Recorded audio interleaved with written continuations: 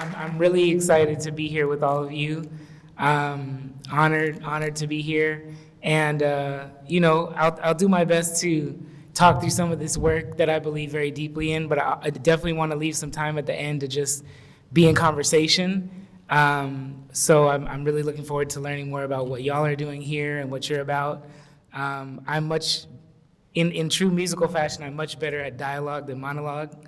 So this is not my most comfortable state, but I'm very honored to be speaking about this work, which has really been my life's work over the last 10 or so years. And I did want to start out just by playing a piece. I'm going to go in between speaking a bit about the work of the Healing Project and kind of playing some different sound and video pieces for you, because that's, as you said, that's the best way to understand the work. So this is a piece called Titles, and just to give a little bit of context before I get deeper into it, one of the core elements of the Healing Project is that it's a community-based, co-creating project based on interviews around the country with folks who have dealt with structural violence and the effects of the prison industrial complex. And this piece in particular was created alongside a friend of mine named Roosevelt Arrington, affectionately known as Bliss, who's based in New York City. So I'll play that now. Titles like inmate, convict, ex-felon, they're demeaning titles. They're put in place to diminish self-respect and dignity, and to demean you and your character and to break your spirit. And I believe this is all connected with the billion-dollar industrial prison complex. Because when a person feels like they have no self-value and no self-worth, that mindset tends to take them back to a criminal element. These are some very belligerent and demeaning titles. When you say return citizen, this adds value to you. This adds to your character. This gives you a sense of belonging. It says return citizen, meaning you are part of a society, of a world. Citizen, you can vote. You can do things that normal people do. Inmates, convicts, ex-felons. It dehumanizes your spirit. And if you just call into that, it can take you into a dark, dark place. I remember one time a lady said, but you do have a name, don't you? And your name is not inmate, your name is not convict, your name is not ex-felon. Get used to going someplace and saying, hello, my name is Mr. Roosevelt Arrington. And when you've been called an inmate or ex-convict or ex-felon for so long, you tend to forget that. You tend to forget that you can go somewhere and wear a suit and say, good afternoon, how are you? I'm here for an interview. My name is Mr. Roosevelt Arrington.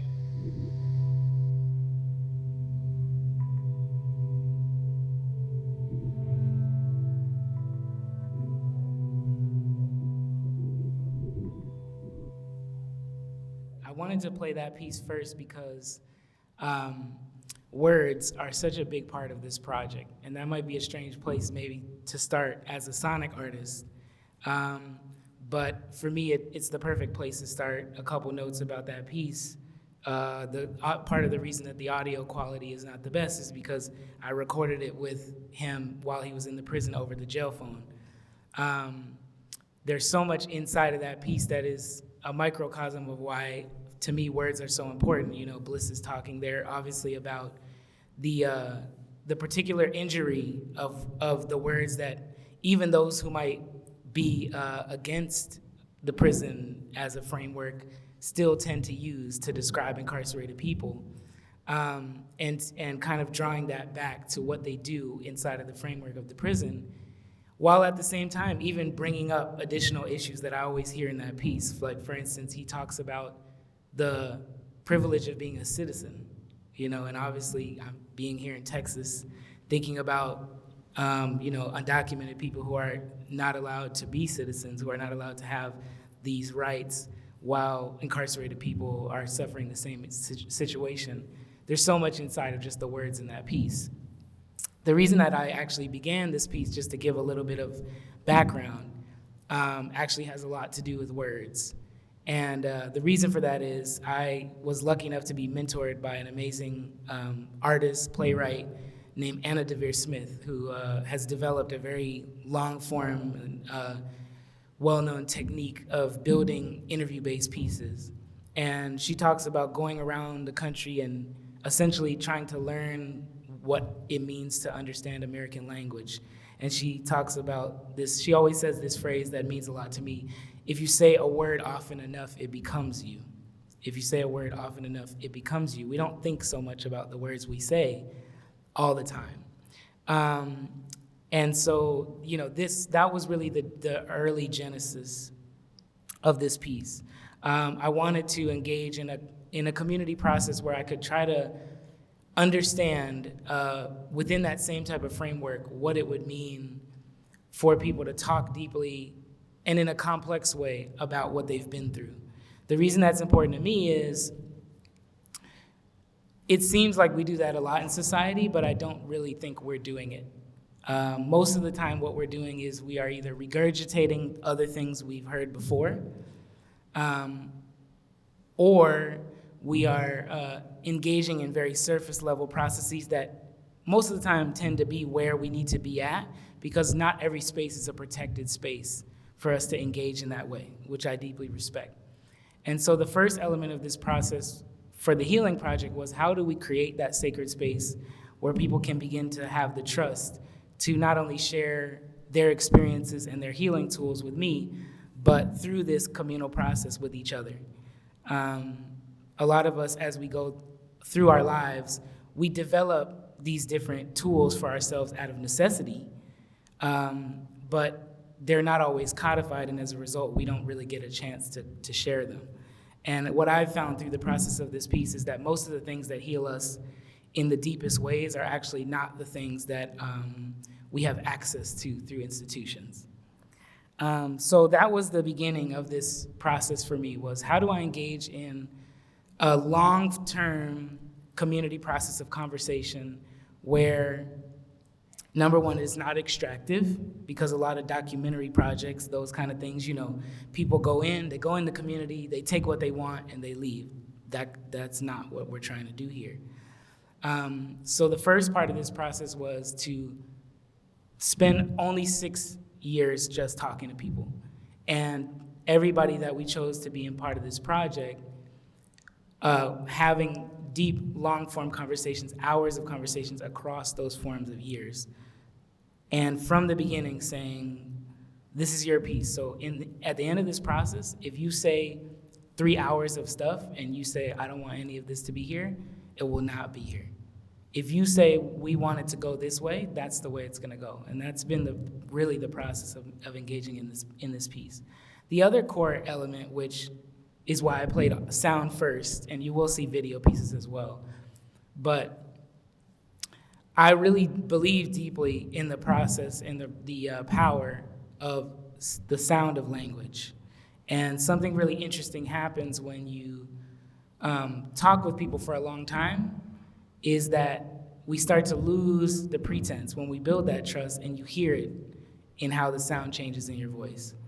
So that's what I would listen for when I would speak to people, and over a period of time, we would build this project. I also wanted to foreground, before I get into more about what the project does, about why I think art is important. And the reason I think that I wanted to go there is, I think a lot of times we say art is important, we love art. But that's not really reflected in, certainly, obviously, in our structural and societal priorities, but I think also in our, in the way we think about our communal lives. I think we think a lot about the importance of art in a very intimate way, of how it moves us and how it connects with us. But when it comes to what does it really do in the society, I don't really think we have that conversation. So these are just a few quick notes I jotted down that I'm gonna go kind of quickly through, which I deeply believe in. So number one, stories make us. Everything that we are is story. That doesn't mean it's not real, but it's also story. The other reality is theater makes our society. And the reason this is important to me is, I'm gonna take an example like the courts. We see the court system, hopefully we don't now, because a lot of things are happening that is kind of taking the veneer off of the court system, but traditionally, a lot of us see the court system as an arbiter of moral truth, right?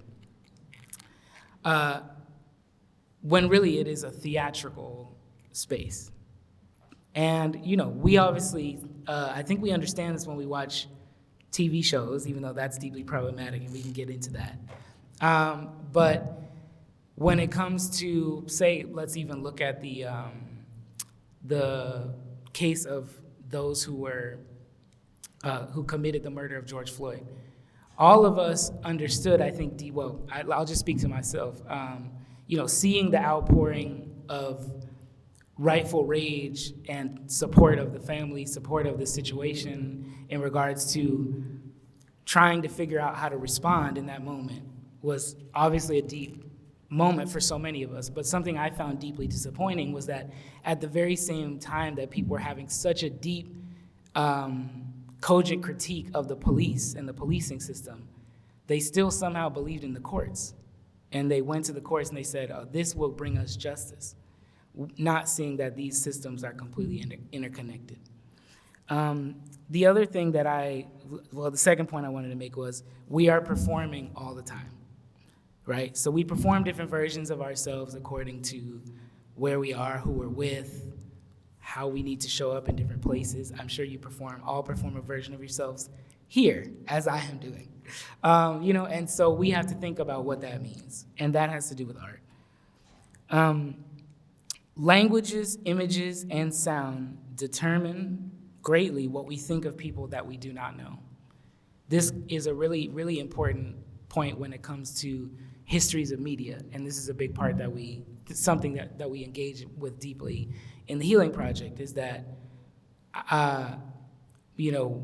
sometimes we don't understand how deeply we are impacted by what we would term culture, which isn't always something that is chosen by us, but sometimes for us. And how that informs, in particular, not just how we relate to those we know, those we're in community with, but even more so, those that we never meet, but that we have opinions about based on what we hear, what we see, and what we understand.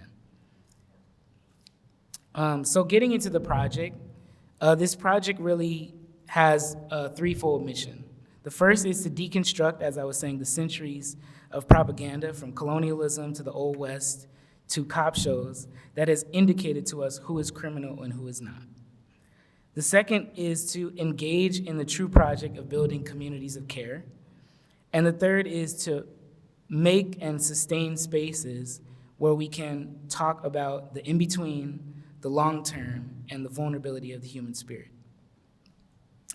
One kind of side note that I would make as an example of that last point, because sometimes that can be like, what do you mean by that?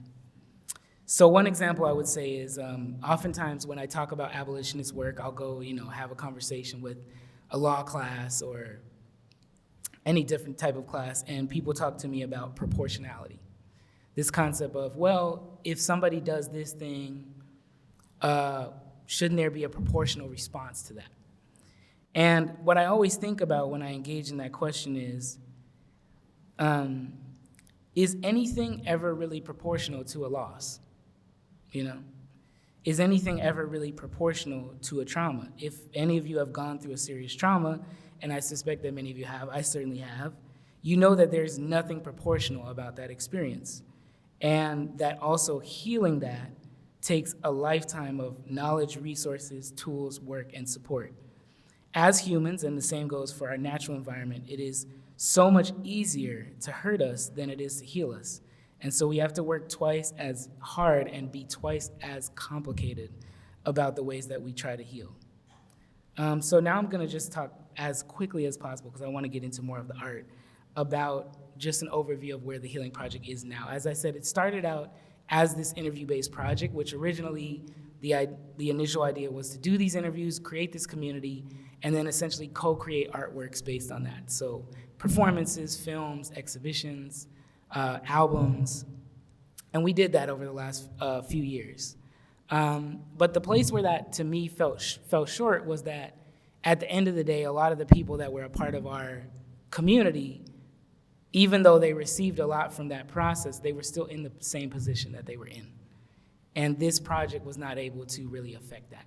So what we're doing now with it is we are transforming it into an organization where we can still engage in that powerful transformational work I'm talking about in regards to art making, while also asking the real question, how can art make a practical, structural, real impact, both on the individual lives of people who make it, and also on the society itself.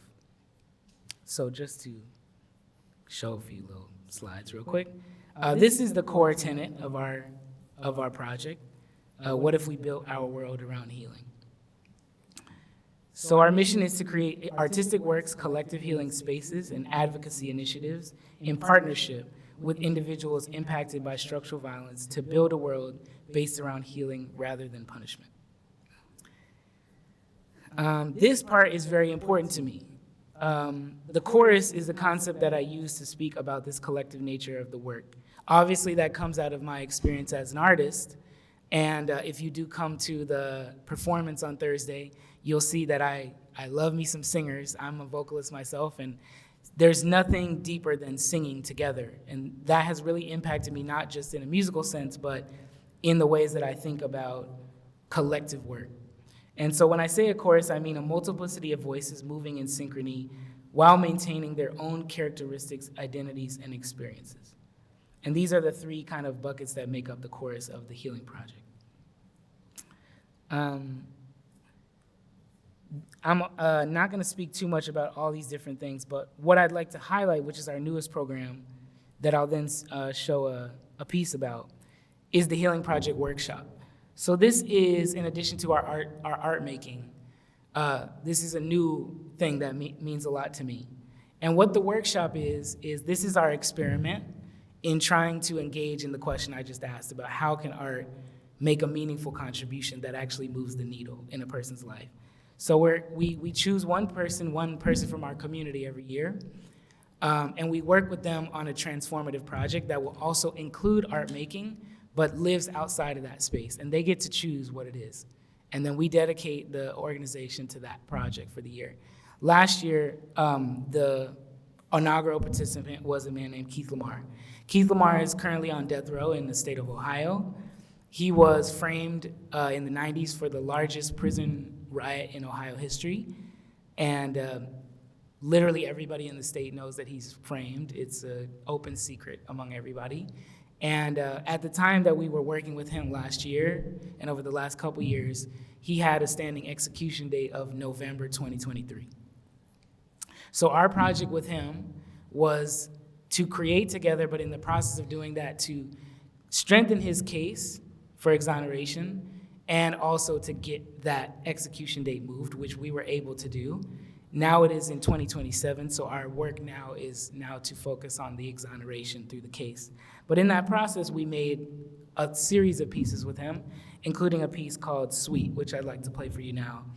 And what I think is really deep about this piece with Keith is it's really a microcosm, I think, of what I hope to achieve with the project, which is that simultaneously we can speak to the realities of these terrible traumatic systems and what they are doing to people, while also not rendering two-dimensional the people that are a part, that have been forced to be affected by them. So, for example, with Keith, he's been in solitary confinement for almost 30 years. He's been on death row for almost 30 years. And so naturally, as he's fighting his case, most of the questions that he gets about his situation are, what is that experience like? Which obviously is very important because he has to get out of it. But the way that this piece came about was I asked him the central question, what is one thing about you that nobody ever asks you about?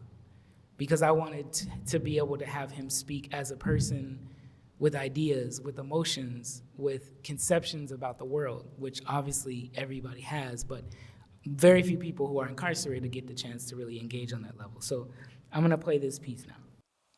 I mean, one of the things that I'm surprised about, and my friends tell me that, people that really know me, it's still kind of surprising to me. I'm sweet, man, I mean, I love being sweet to my friends, and when I was younger, when I was growing up, that wasn't cool to be sweet. I remember the little sweet little boy I was. And by sweet I mean I just like to make connection with people. I like that tenderness. Just that human thing. To connect with people on. But this situation, when we talk about the criminal justice system, really what it is a digestive system, a digestive tract. They chew you up with that education. This call is originating from an Ohio correctional facility and may be recorded and monitored. They chew you up with that education, swallow you, and, you go in the stomach, the large, small intestines, and then you come out as a piece of shit. So one of the things I've been kind of most amazed about myself that I've been able to hold on to my sweetness. My sense of, that's one of the things I most like about myself. But only people that are really close to me that kind of know, because you have to have the opportunity to, well, I'm sweet to myself as well. I'm good to myself. Even after all I've been through. And, that's one of the things I want people to know, that even in, even if your worst fears come true, nothing, but death itself can rob you of who you really are. Nothing. I can be myself, God gave me an understanding. One of my close friends told me a long time ago, he said, Bomani, life can be had no matter where you are. You can still laugh in prison. You can still cry in prison. You can still, be who you are, where you are. And, it's important to kind of have that, have that understanding as you move, through this life. Because, you focus just on the pain. Because there's a lot of pain involved in this system. If you give in to it, if you just give in to that process, if you just, allow yourself, because, right now, I'm in the small intestines, about to enter the rectum, right?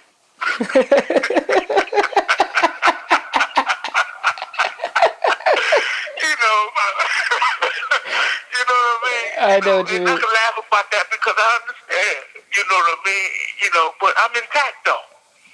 And this is gross analogy, man, and I tell people this and I warn them, but, every now and then you look at your stool, you see a piece of corn intact. You know what I mean? Like, nope. You know what I'm saying? And, it's a gross analogy. I probably got to come up with a different way to describe it, but this is a digestive tract. I love it. This system and the fact that they're doing this to kids. I was a kid when I came into this place, 19 years old. But I'm a fast learner though, and that's been my saving grace, and I'm able to also recognize. This call is originating from an Ohio correctional facility and may be recorded and monitored. I've also been blessed in, being able to recognize, God in my life through the various people that come along the way. People who, came right on time, man. I always tell people about being in the middle of the ocean. And, these people float by like a piece of driftwood, right when you're about to drown. And I was referencing that book, To Drown and Save. And that's the reason why I'm saved, because I had the recognition that I'm not in this ocean by myself. You know what I mean? And that I can be my sweet self right on this little piece of driftwood, right? And float on, roll down the stream, you know what I mean? And that's what I'm doing, man. I'm just trying to hold on to myself, you know what I mean? And, because it's them that's doing the ugly thing, strapping somebody down to a gurney, pumping poison in their veins, stringing somebody up in a tree with a noose around their neck. That ugliness belongs to them. You know what I mean? Not to me. I just try to keep that in perspective, man. Hold on to my perspective, man, and continue with myself. You know what I mean? And it just took me cultivating a lot of courage to be myself. Something that I didn't really have the strength and courage to do when I was a little dude. You know what I mean? Embodying myself. Yeah. That's what I think I'm most proud about. And everything that I've accomplished, man, is that I've been able to hold on to that, sense of sweetness in myself. Yeah.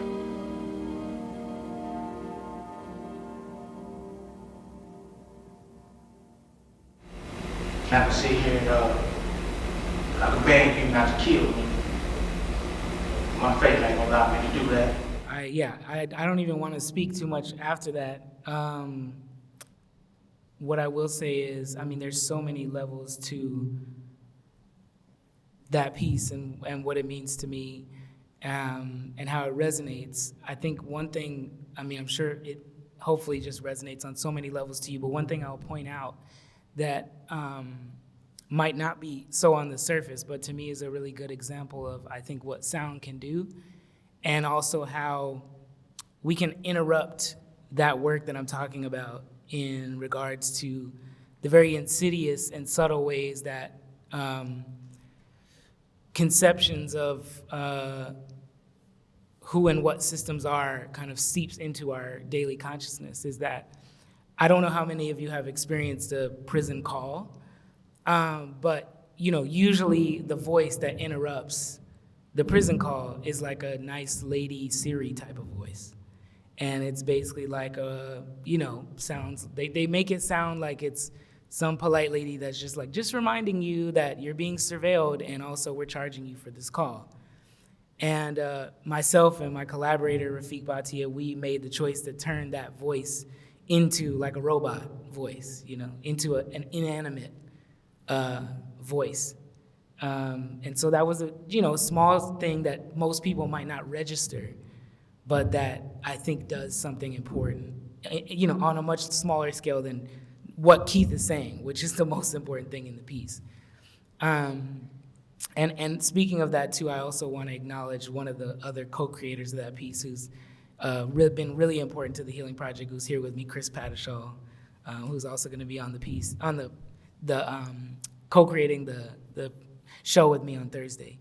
But this, all of this work is done with literally like so many people. So before I play a few more, additional pieces, I want to speak a little bit to, following up on this piece, what I think some of the true functions of the prison are. I think that this is very important for me as an abolitionist, but also in regards to hopefully what this work can do, and kind of goes back to what I said about the in-between, in the sense that another thing I think arts is really good for, that might not be able to be done in other ways, is that we can get to the underneath of things, and we can engage in what is happening on multiple levels. And so speaking to that, I think some of the functions of the prison, which obviously, I've learned almost all of this from many sources, which I'm sure many of you have also hopefully been influenced by, from Angela Davis to Miriam Kaba to Ruth Wilson Gilmore, Robin D.G. Kelley. But just to point a few out that I think are important to this project. One is separation, and I'll go into another piece that is connected with that, but the fact that most prisons and also most detention centers are very far away from where people live and operate is a very intentional architectural choice. And is very much in keeping with the conception that we have in this country that we can essentially throw people away and then we don't have to think about them.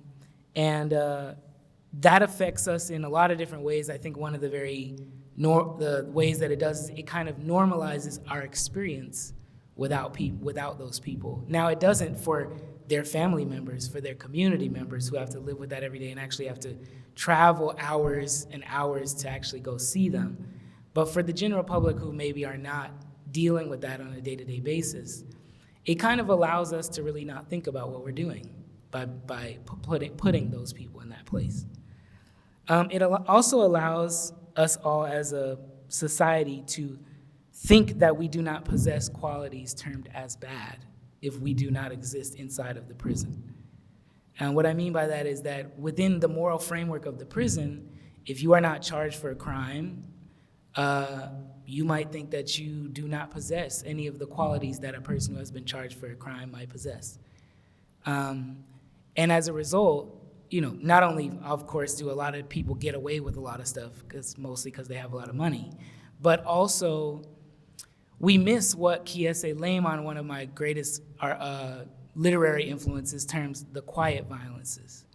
I think about this a lot in terms of patriarchy and masculinity. I might not be somebody who is,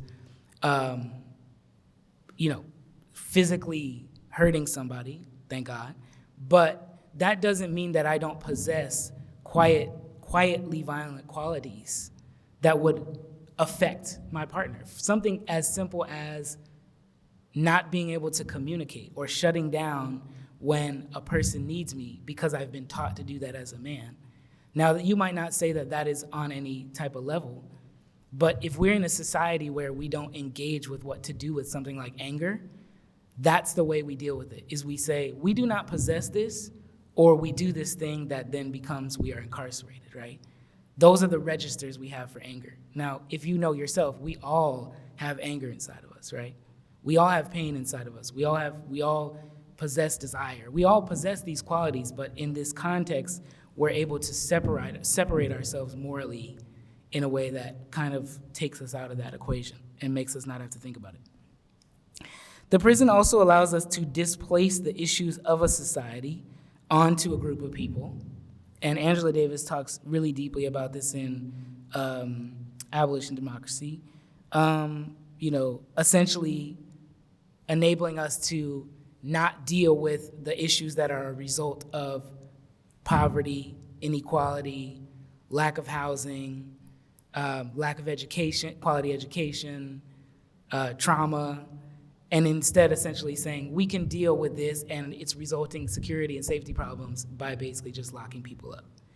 In addition, it also creates a framework where nation states and corporations can commit violence all the time and get away with it and term that as something other. When we know that nation states and corporations commit violence all the time, they commit land theft, they commit wage theft.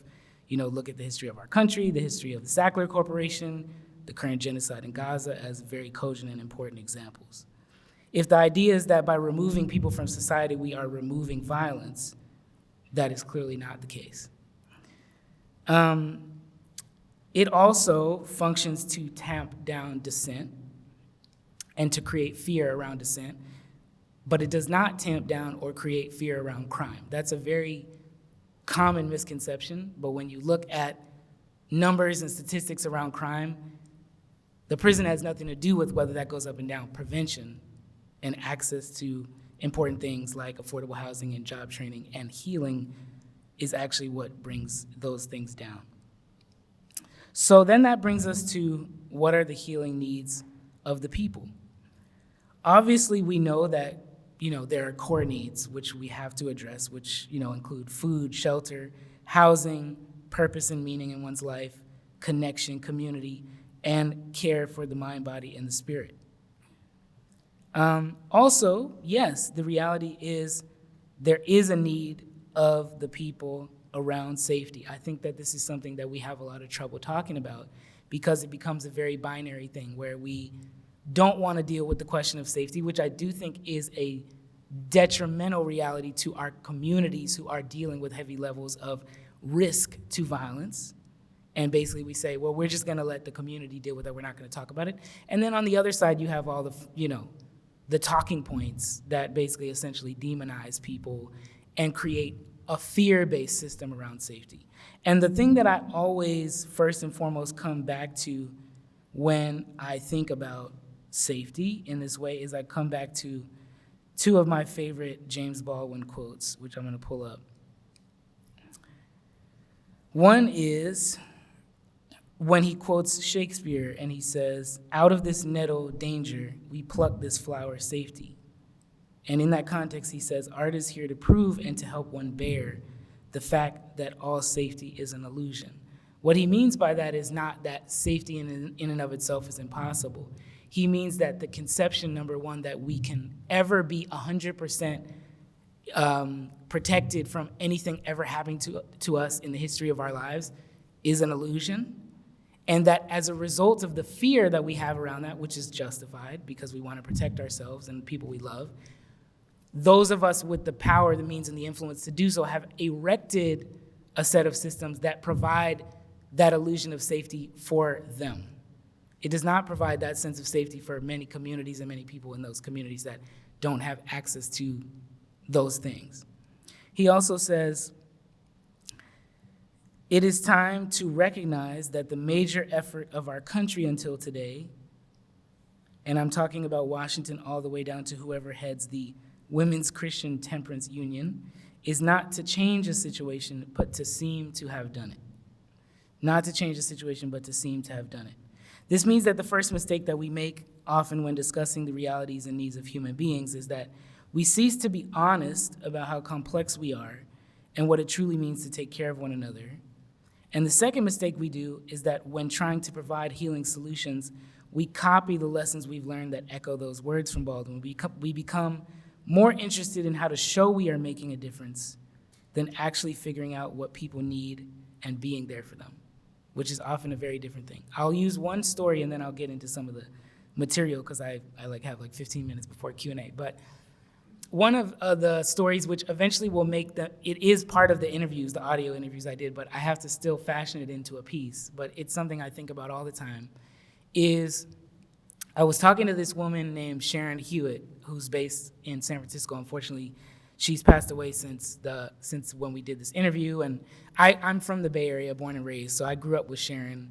My father, who works on youth violence prevention, was very close with Sharon in the work that he does. And Sharon was basically like the mother of San Francisco. She ran all these different circles for healing of all different types, but what she was particularly known for is that when people would be, particularly young people, would be killed in the community, she would go to the mothers and she would bring them into a circle that she had that essentially was only for mothers who had lost sons to violence. And she would create this caring space for them. And so I was talking to her about some of that work and talking to her about how do you do that? How do you engage with somebody who has never met you before, who's going through this very vulnerable experience? And why would and should they trust you, and how do you do that in a way that's different from how anybody would do it?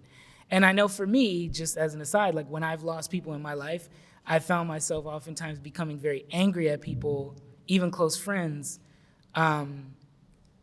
because they don't know how to take care of me in that moment, but that's not their fault. They'll say something like, call me when you need me. And so I brought that up to Sharon, and she said, yeah, when somebody loses a child, they get a Rolodex. Everybody's saying that. Call me when you need me. Call me when you need me. Call me when you need me. They don't have time to do that. They have to set up this, that, and the third, right? So what I do is, first I show up to the funeral home. I say, I know all the people here. I'm gonna make sure you get taken care of. And also, here's something for you, here's something for your peoples. And I also know how they be trying to finesse you. So I'm gonna make sure that you get around that because practically that's what you need in this moment. And then she shows up a week later and she says, here's a little bit of money, but I specifically want you to use this money for toilet paper. And the reason that I want you to use the money for toilet paper is because everybody's gonna be coming to your house. They're gonna be dropping things off. They're gonna be eating all your food. They're gonna be, trying to take care of you. It's not bad. I'm not trying to make people bad out to be at your house supporting you, but they're gonna be there and you're going to run out of toilet paper because you're gonna have so many people at your house.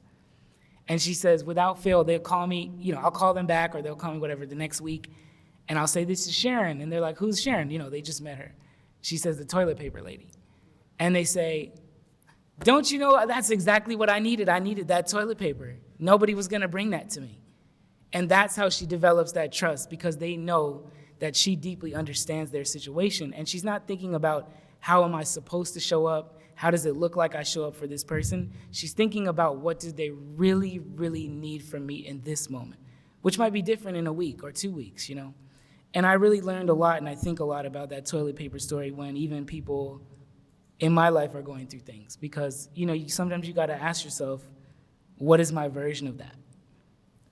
So I'm gonna just play a few things, stop talking for a little bit, but I think some of these pieces engage in, what we're trying to do around bringing to light like what people are dealing with and how they're trying to similarly find ways for themselves and for those around them to really be present in that healing process.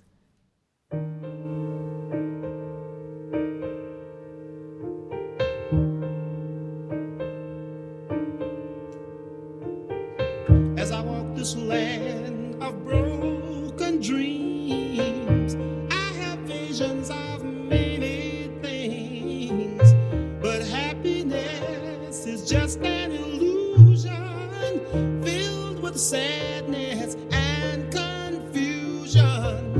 What becomes of the broken hearted who had love that's now departed? I know I've got to find some kind of peace of mind, maybe. But the whole time, the way I dealt with my trauma is I slept with a blow dryer for 25 years. When it was time to go to sleep, I would turn it on and the noise would stop that thought process because it's so loud, so I couldn't think, and the heat would make me relax. So, as years went by, people couldn't understand it. Like, how the fuck? What are you doing? Like, I've burned myself 3rd-degree burns, and I don't care. I've been through like a million blow dryers. Just recently, I think I've been without my blow dryer for 2 months that I haven't slept with because I remarried. I've been married for 8 years, and my husband's like, what the fuck is this? Like, what is wrong? Now I'm able to understand my suffering because I wasn't the only one. If you read some of the stories of the Orishas, they suffered greatly, but they moved on and they were able to love and forgive and to take care of others still. So, it just gives me hope that I can do it too.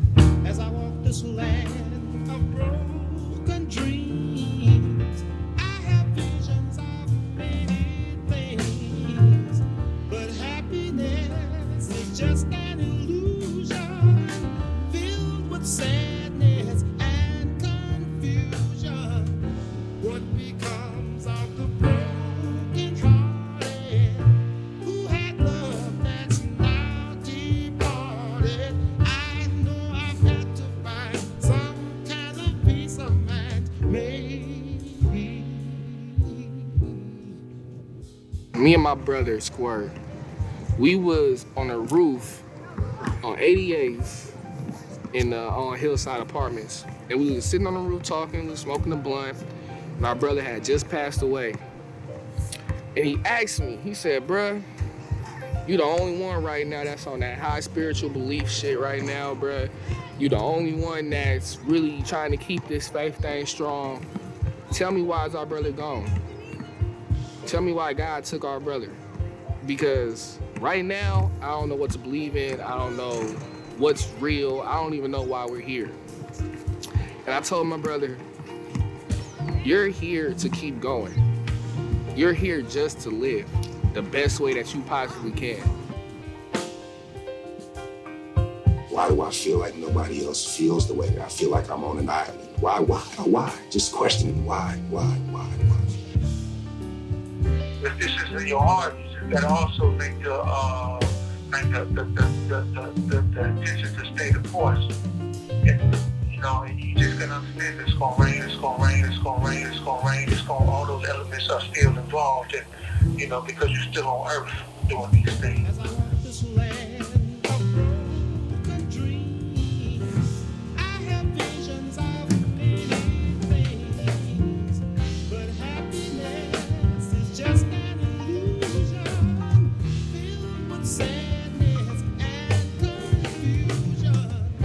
What becomes of the broken hearted who had love that's now departed? I know I've got to find some kind of peace of mind, maybe. So that was a piece called Broken Hearted. I'm going to play a piece now entitled Hold That Weight, which follows two close friends in the 3 days after one of them was released from incarceration. It was funny. Yep.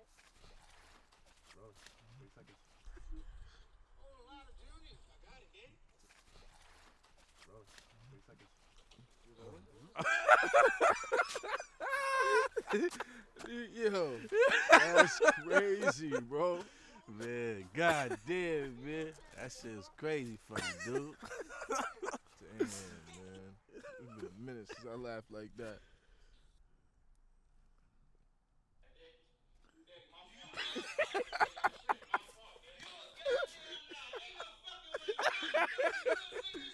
Oh, shit. See that nigga try to swing on the nigga?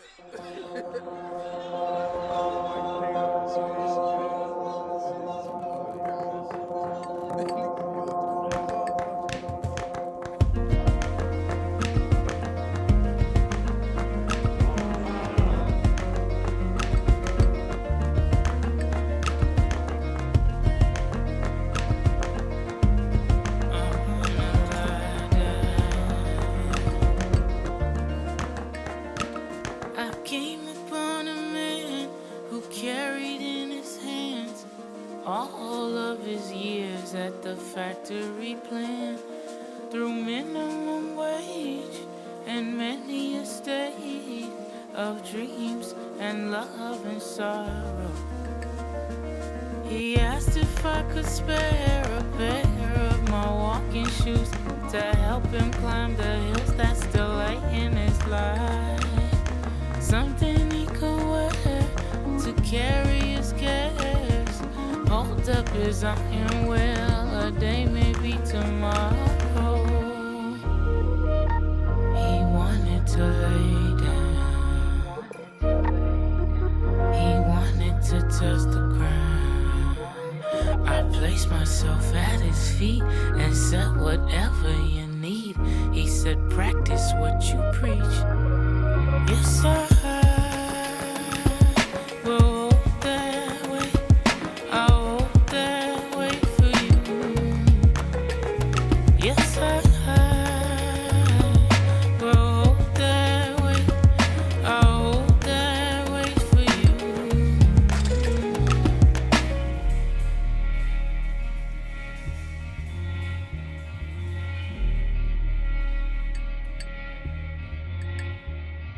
I came upon a man who carried in his fist all of the violence that happened to him.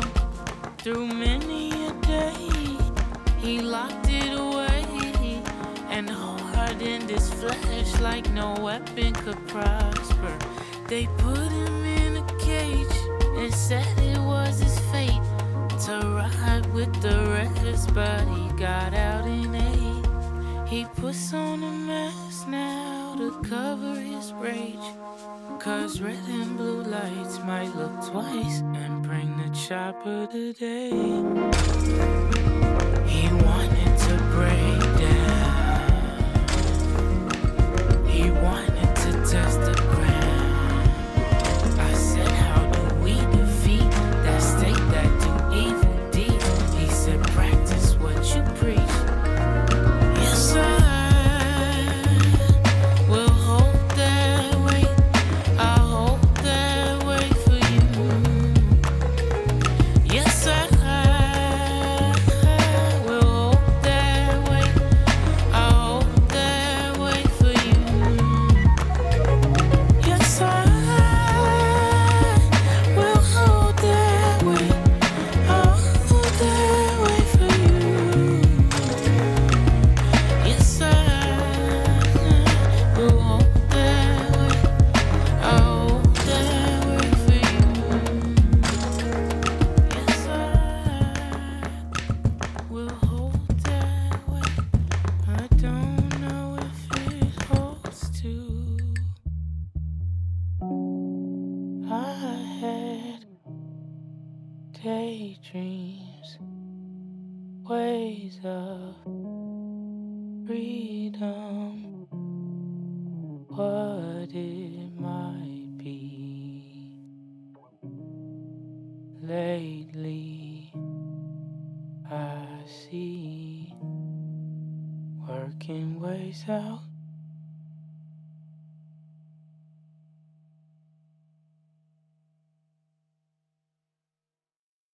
Play one other short piece and then we'll open it up for questions, thoughts, opinions, whatever you feel like saying. The only other thing I would like to say after that piece before I play the last one is that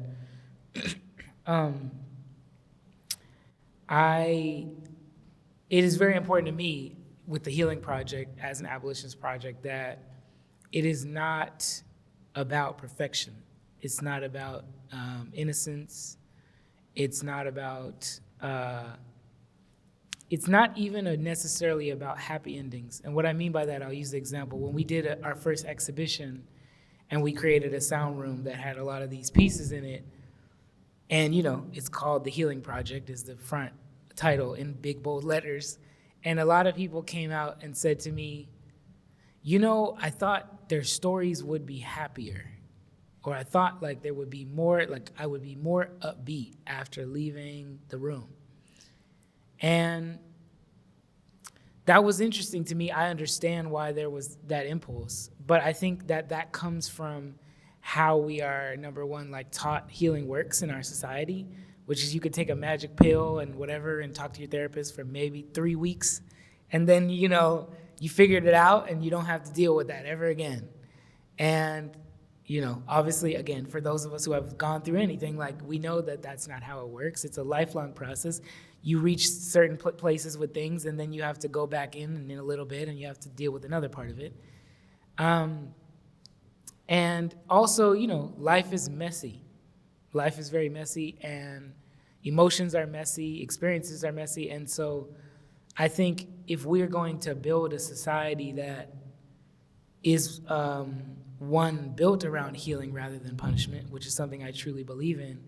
And, speaking to this clearly the topic of restorative justice, I think that, one place we have to start is to understand that these things are not going to be binary. They're not going to be easy. They're going to be very messy, and we're going to have to be dealing with a lot of in-between spaces, even with situations where people have done things that they deeply regret and that hurt other people. How do we heal those things, both for a lot of times those who have committed things because they have also experienced hurt, but also how do we atone for the things that we have done? And that is important, and that is an important thing in this process. I think a lot of times when I talk to people about abolition and about getting rid of the prison system, somehow they turn that into, so I guess that means that you don't think people need to have accountability.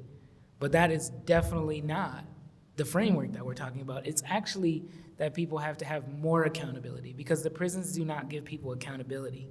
The prisons give people trauma, and they might give momentary respite to people who have been deeply hurt, which I totally understand, but they don't actually give us systems of accountability. And so the last piece that I want to play is something connected to that, and it's called Messy. I think I started therapy 2 years ago. And I found that going to therapy, I had to look at my stuff. And I did not want to do that because I was like, holy shit. Like, I'm still 4 years old. I'm still 8 years old. I'm still 10 years old. Like, when all that stuff happened to me, I go into flight mode. I'm good at that. Like, when I don't like something, I'll leave. I even went to school and got my drug and alcohol certification because I just couldn't fucking understand it. I was like, is there something I'm missing? Like, how the fuck do you not love your kids, right? So I go to school, City College, and I'm in class with everybody's in recovery. I'm the only one not in recovery. So I fucked their heads up. I took all of my shit out on everybody in class. I made a lot of people relapse. Women would get up and say, when I was on drugs, I lost my kids, and I'd say, good for you. You don't deserve to have any kids because I'm the product of, and look at what you've done to me. And they'd be like, I can't fucking handle this. There was 30 people in our class. At the end of 5 years, I think I graduated with this many. And at the end of my 5-year bid, I said to everybody, I'm sorry. I didn't mean to put my shit out on you guys. I didn't realize that I carry this stuff.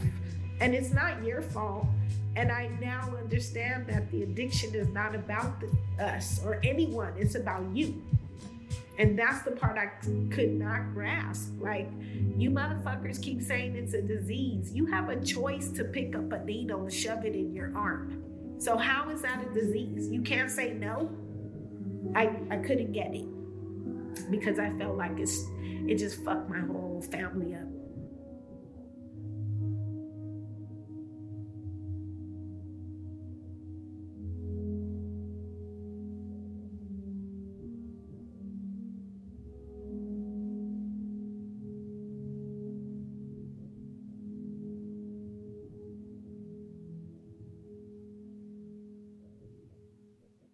Wonderful. Well, thank you for listening.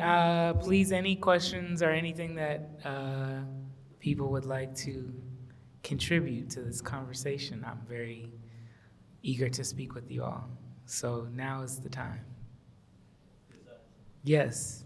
I was really intrigued by how you combined artistic work with some legal and advocacy work with Keith Lamar's situation. And I thought you did that pretty swimmingly. So I'm thinking there's potential to do that for the Palestinian situation as well, and for to bring awareness to the genocide of Gaza, because it's bringing like a domino effect in other tragedies, which actually happen elsewhere around the world. Elsewhere around the world, there's disease, there's famine, whatnot. So this might be opening up doors for novel work that might not have happened before, or might really make an impact for you. Certainly. I mean, well, first of all, thank you for that. Yeah, I mean, I think that people are already making, they're dealing with what they're dealing with first and foremost, right? It's a genocide. So I think that a lot of times, I think what's tricky is that we want people to like have a lot of things to say very immediately while they're in the midst of a situation. Right now, they're just trying to get out of the situation, and we need to support people in regards to, as we, I'm sure you are, and we're all trying to show up in whatever ways we can to, at this moment, be inside of the emergency of we need to stop the genocide, right? At the same time, I know that a lot is definitely coming out through that is expression through that process, that people are making things that are speaking to their experience. And like you said, they're speaking to that experience, but in so doing, they're connecting a lot of the dots. And it's also happening the other way. When I'm talking to a lot of my folks that are in the Healing Project in the prison, they're talking about the Palestinian situation. And there's actually a friend of mine, he's incarcerated in Baltimore, who he's actually right now writing an article about this is how I can understand the Palestinian situation as an open air prison being incarcerated, Who could understand that in a deeper way, So there is that solidarity, but it's just, again, we're not really seeing that because on both levels, people are not being allowed to express themselves in that way. So I don't know if that answers what you brought up, but I would certainly say that, I think all of those conversations are being had, and I'm sure that work is being done. And, however we can continue to be a part of it, that's what we're gonna do, yeah.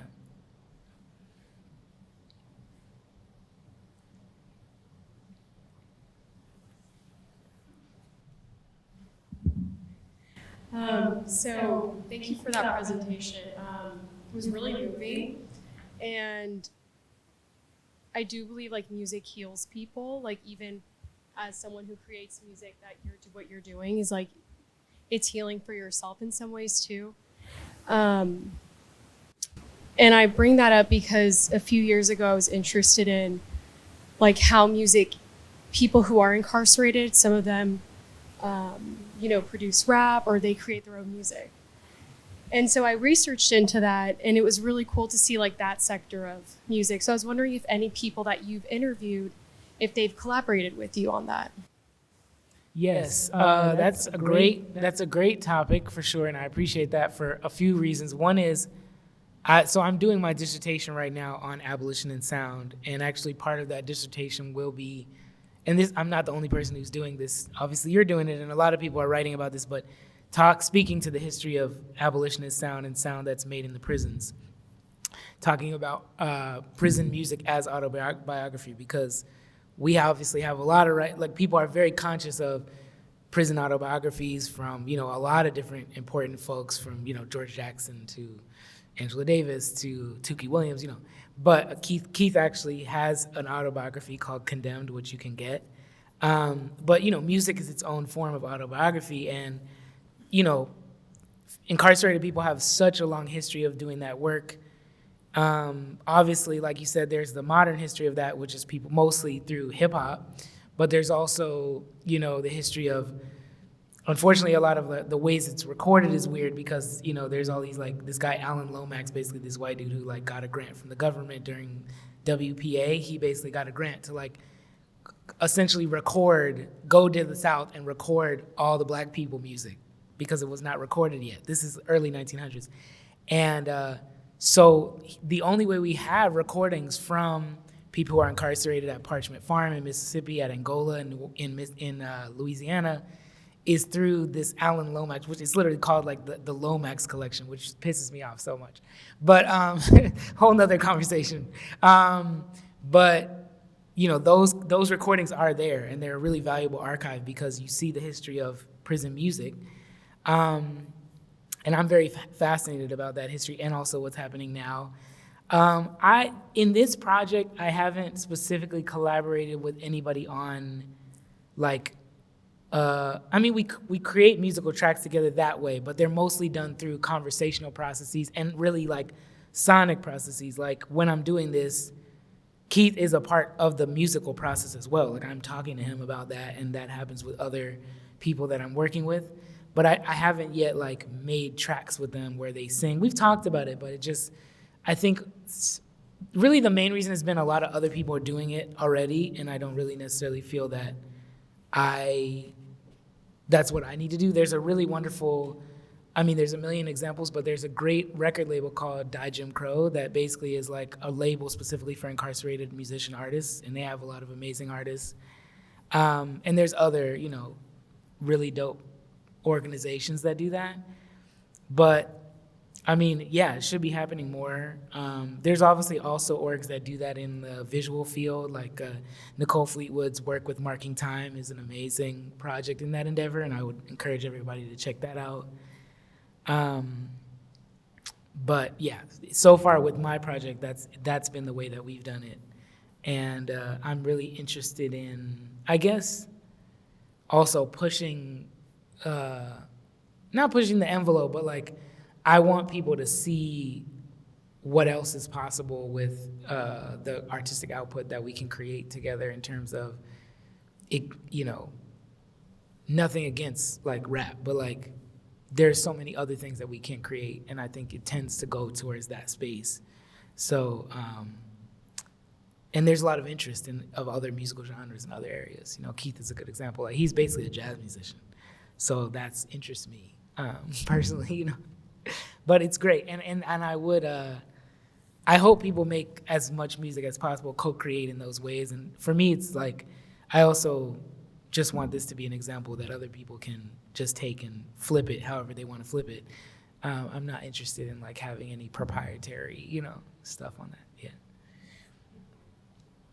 Yeah. I'll say one example that doesn't get cited a lot because I think people feel complicated way about it, but I think it's really important, is there's a album by this rapper Draco the Ruler called Thank You for Using GTL, which is really an amazing project. He's from LA, and the project itself, I think it gets left out because the thematic material of the project is basically normal rap. Well, I shouldn't say normal because that is a pathology, so I don't want to feed into that. But it's what you would, the topics you would normally find on top 20 whatever rap music.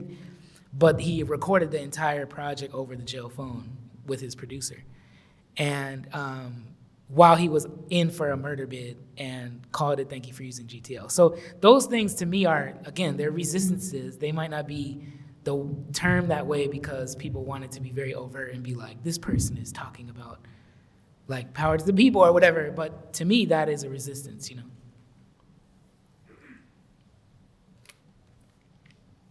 Okay, my question was, is there anything we can do to help Keith? Like his situation? I know that with the Netflix movie, like when they see us, they were in a similar situation. Like, is there anything that we can do to get this out to the media, get some sort of change, get him from even possibly being executed at all?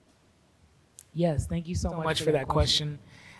Yes, so right now the situation is in a kind of a positive, not a positive, but it's in a strange place for a good reason, which is that now that he has much better legal representation, we're building the case, a new case for his exoneration. So what that does mean is that it's, from a public opinion standpoint, there's not like any super immediate action items, but there will be very soon because we will be bringing that case.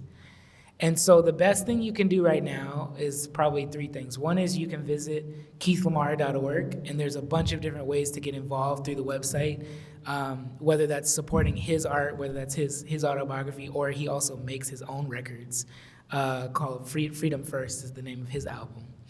And also there's, petitions for support there. There's like getting involved in all these different ways, being a part of that community. There's also an initiative that through the Healing Project we've continued to sustain, which is called Letters to Keith. And what that does is that we're having people write letters to Keith in any form. They don't have to be like formal letters. It could be a poem, it could be a song, it could be a play, it could be an opinion piece about the death penalty, whatever, but it's essentially written to him. And we've been collecting those. We have people write them, take pictures of them with the letters, and then mail them to us. And we're collecting those and then using them for different purposes. So when we started it, which was last year, we actually took all those letters, sent them to the governor as part of that kind of petition for getting that date moved. And there's gonna be other similar kind of public pressure moments we're gonna need to have. There's just not one specifically in this moment. So the best way to support is just to get involved, to sign up either through keithlamar.org or to connect via Instagram is Justice for Keith Lamar or the Healing Project Letters to Keith. And you can write a letter, you can connect with him, and basically just to kind of stay involved so that when we do have those moments, probably mid-year or in the fall, that we need people to tap in, we have that community ready to go. But thank you for asking.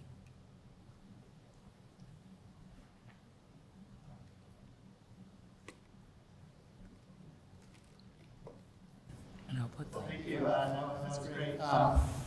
So I mean, my question sort of follows on the last one, but it's broader. It's I guess I'd like to hear you talk a little bit more about how you think about social change and your place in it and our place in it, because you talk about these systems of injustice and racism are so intertwined that it can feel really overwhelming. And so to see your work, it really is profound, but it's also it's very saddening, and it raises these questions of like okay, what do we do with this when there's kind of so many overlapping layers of wrong?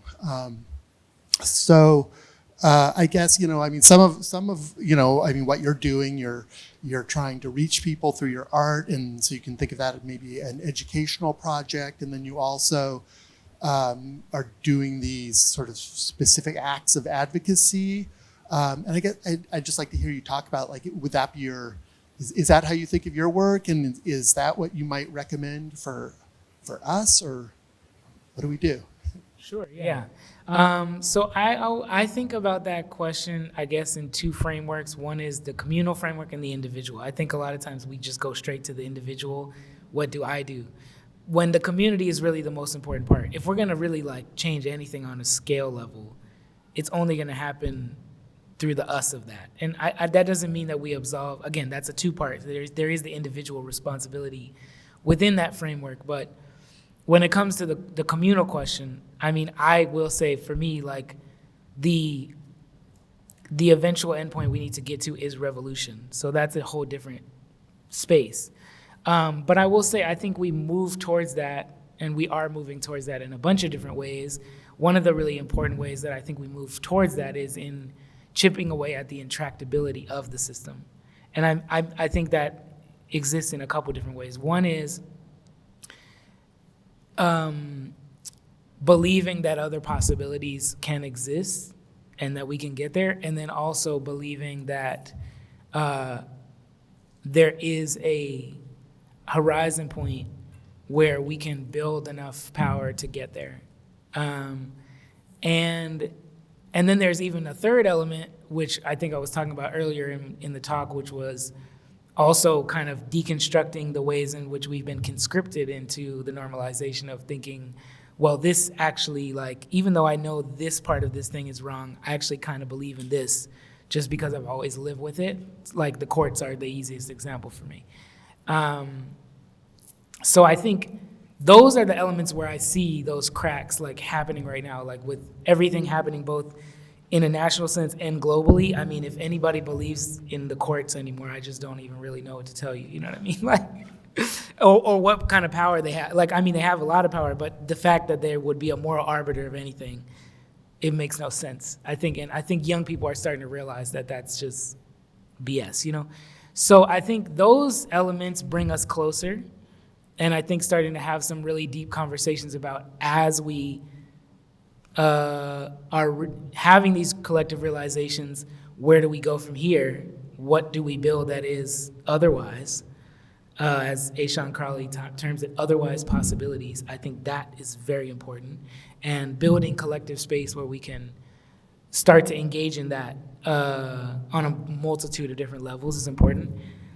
The other element collectively is organizing. And I think that can be tricky because everybody wants to have like one big place where they go to for that. And we certainly don't have that now. I don't necessarily know that we've ever had that. I think we have a lot of different places that hopefully people can go to find what they need for that and to build power together. And there are some great organizations, you know, working right now. I'll use Dream Defenders as an example of one that I really like. And I think that being involved in organizations is very important. There's a lot of different ways you can be involved. You don't have to be an organizer or to be like, I'm gonna be at the leader or the head of this. Like, we all have different ways in which we can contribute.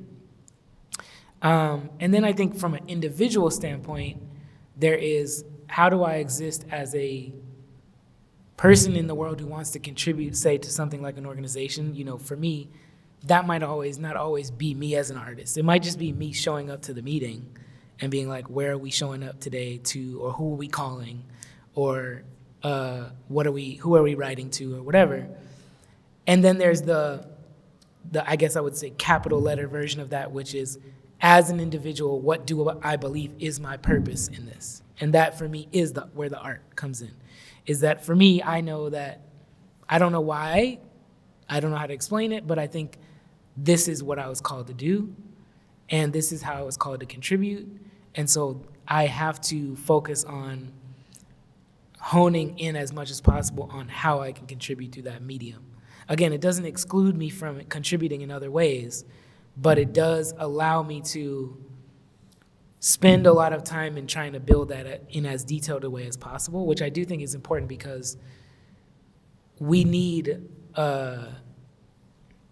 need expertise when it comes to all of these different roles. You know, we need people who are really good at organizing.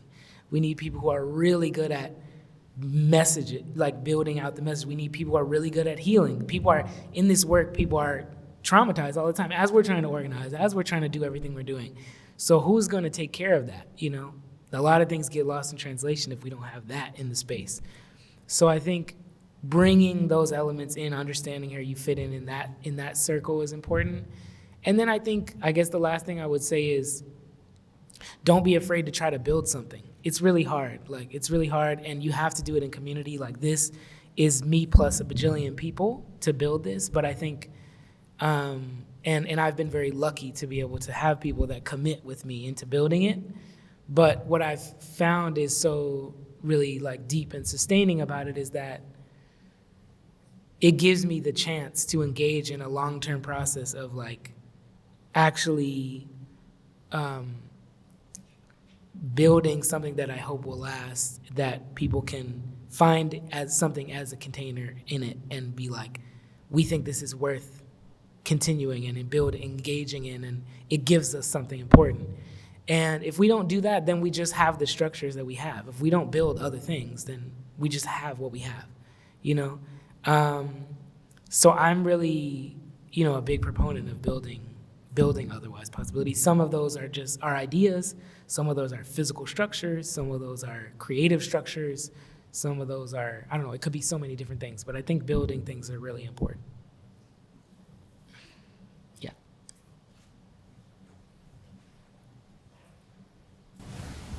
So like, I understand he's been on there for 30 years, and with the rise of the school to prison pipeline, do y'all also work with the younger people who are entering a system for the healing part?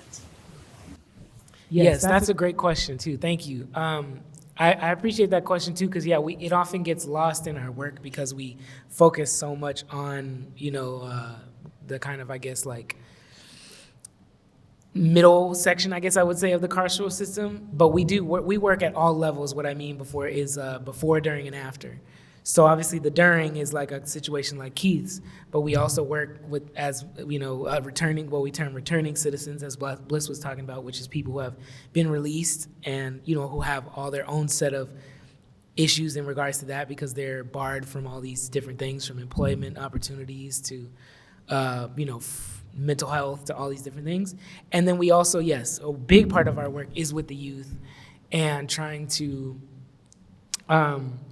I think that's really the main reason I wanted to create it as a healing project, is like, it is supposed to be a prevention, you know, like form, in the sense that hopefully if people have access to healing tools, they don't get pushed into doing other things with whatever they've been affected by, you know. And there's other pieces I didn't have the chance to play, but there's a piece of ours called Process that goes really into that. A big part of this project is about grieving and like loss and like people losing, you know, friends and family to violence very young, and what that does to you. And I think a lot of people don't really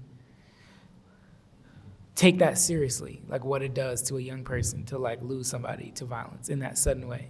And if you don't have any outlets for that, those feelings and any language for it, like, except very detrimental language, you know, then of course that's, you know, you're not going to make the right choices. So yes, a lot of our interviews are with youth, both some folks we connect with through, like, you know, they've been through juvenile detention centers and are getting out trying to figure stuff out, but some are just also like kicking it, you know what I mean? And just trying to meet them with where they're at and connect with them. And also the other last thing I would say about that too is we ask them, what do you think would be, like, what should we build? Speaking of building, like, you know, nobody ever asked the youth what they need. That's super weird to me. Like, everybody's trying to, what do they need? Like, we're gonna build this, we're gonna make this. And there's another great interview that Bliss also has. Oh no, it was a friend of mine named Sam. He works in youth violence prevention, and he says, you know, people build all these programs for the youth, and then they're like, yeah, you can engage in this program, but only if you never smoke weed. And they're like, bro, like, I have to smoke weed to get through this day. Like, I have to. So I'm not coming to that, you know? And I think that, you know, there's a lot of different ways people cope, and it's not to say that, I mean, coping mechanisms should be turned into healing mechanisms. They're not the same thing. But if we don't meet people where they're at and ask them what they need and then build the structures around that, then we're really gonna miss, you know, what's needed. And that's my biggest, I think, critique right now of the policy space, is that it's a lot of people talking at young people instead of with young people.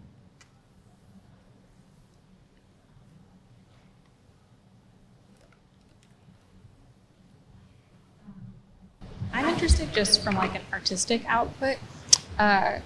You know, the content that you're covering is like very ugly and unattractive to people, but it's obviously not, but the way people are viewing it. But the work that you're making in the end is really beautiful. And I'm interested in the relationship of that, taking something that people typically don't want to see and is really painful, and then making it into a very attractive end product. Yeah, thank you. All of these questions are so great. I really appreciate all these questions. Yes, I do think about that a lot. I think for me personally, yes, beauty is very important. And